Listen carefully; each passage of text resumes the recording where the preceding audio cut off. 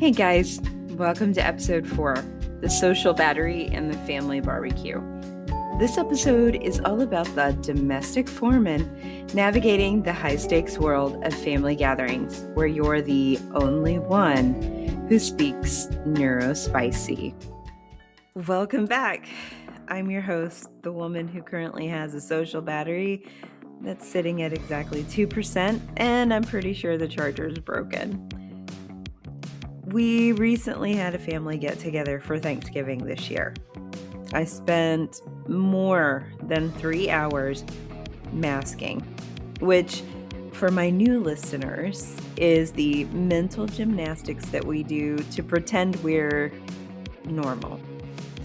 I laughed at the right times. I didn't talk about my hyperfixation on face painting or my physical therapy, and I even made eye contact with my niece, Grace.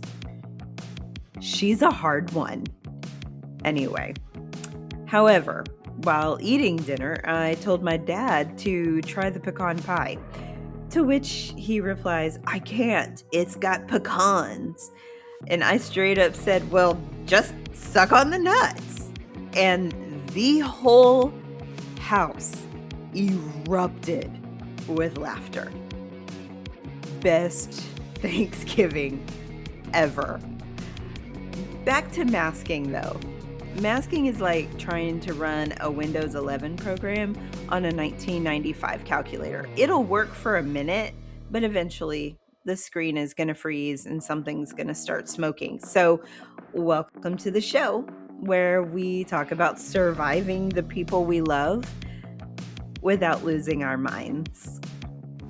Let's do a little Psychology 101, the social battery versus the blue-collar drain. Let's dive into some psych. Everyone has a social battery, but for the ADHD wife, like myself, this is a discount brand battery that we bought at a gas station, and it's called autistic burnout or social fatigue.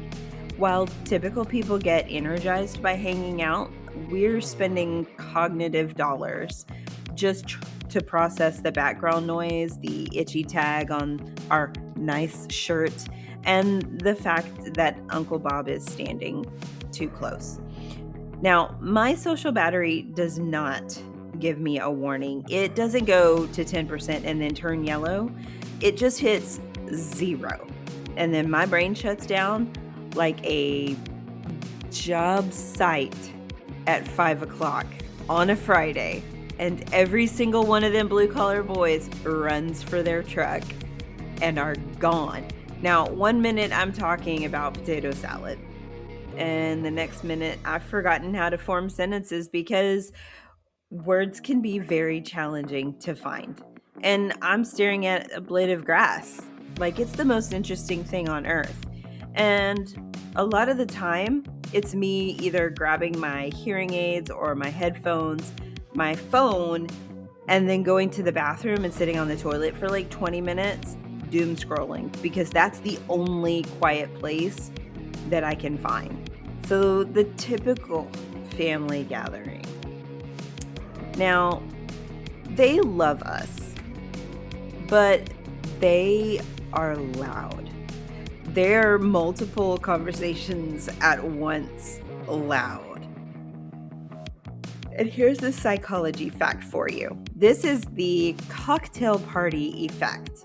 Most brains can filter out background noise to focus on one person, but my brain and my kids' brains think that the sound of chips being crunched is just as important as what my mother is saying about her knee surgery. So trying to listen to one person at a family gathering is like trying to hear a whisper while standing next to a running jet engine. I'm nodding my head and saying, "Oh wow," but internally, I'm just wondering if the person chewing ice right over there knows that I can hear it in my marrow. It's not a party. It's an auditory assault. Oddly enough, most recently, I've been noticing chewing more than I have ever noticed it before. I don't know why this has become a problem for me, but it has become an issue, and it's really bad at dinner. I tend to have Josh on the right side of me, and so I put on like headphones or something to block out his chewing. It's not his fault, but it drives me crazy. And I do try to just like turn on TV or something to drown out the noise. So when you're at a family gathering, there is the leaving logistics. So as the manager of the house, I'm the one who has to coordinate the exit.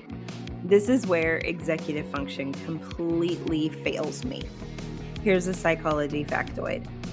We struggle with transitions.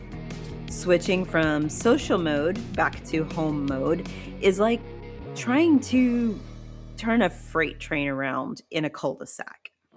So the Texas goodbye is my personal version of hell. We say we're leaving, and then we stand by the front door for 40 minutes talking. Then we walk to the truck or the car and we talk for 20 more minutes. And then we get in the car and talk through the window for another 10 minutes. My brain is screaming, mission is over, abort, abort, return to the pajamas. In my blue collar politeness, I'm stuck. It's like a glitching GPS. So here's a tool for your mental health toolbox. The pre-negotiated exit. Before we ever get in the car, I tell my husband, look, I have a certain amount of hours of people time in me. When I give you the look, we start the 20-minute goodbye process. The look is very specific though, I'm not gonna lie. It's not a I'm mad at you look. It's kind of like a my brain is currently 404 error, file not found look. You know, it's the face of a woman who is literally at housework, one housework away from like hiding in the dog crate. Use it, negotiate it. It'll save your sanity and possibly your marriage. So before I sign off, I just want to give you the glitch of the week. I took a beauty store trip to see about a brow pencil. Just a brow pencil. And this lovely lady comes up to me and she says, hey, what are you looking for? And I'm like, well, I was only looking for a brow pencil, but I'm also kind of needing something that's going to cover up the redness on my face and not sink into my smile lines. And she says, oh, honey, I have just the thing. Is it okay if I take off your makeup and do a look? I said, sure. So she said, I'll use these products on all of my ladies that come in with mature skin. This is the product I use on my 90-plus-year-old ladies. I was flabbergasted. Did this woman actually just tell me that I was old? And then she started telling me about the Botox in her forehead and how they have payment plans and stuff for it. Now, I would love to have Botox in my marionette lines and in my forehead. But the fact is that I look like a bulldog. And it has been ingrained in me since my dear deaf friend in college described me as a bulldog. You know, they are very extremely visual people. And in college at 22, she said I look like a bulldog. So now at 43, it's got to be so much worse, right? And this woman just confirmed it by calling me mature.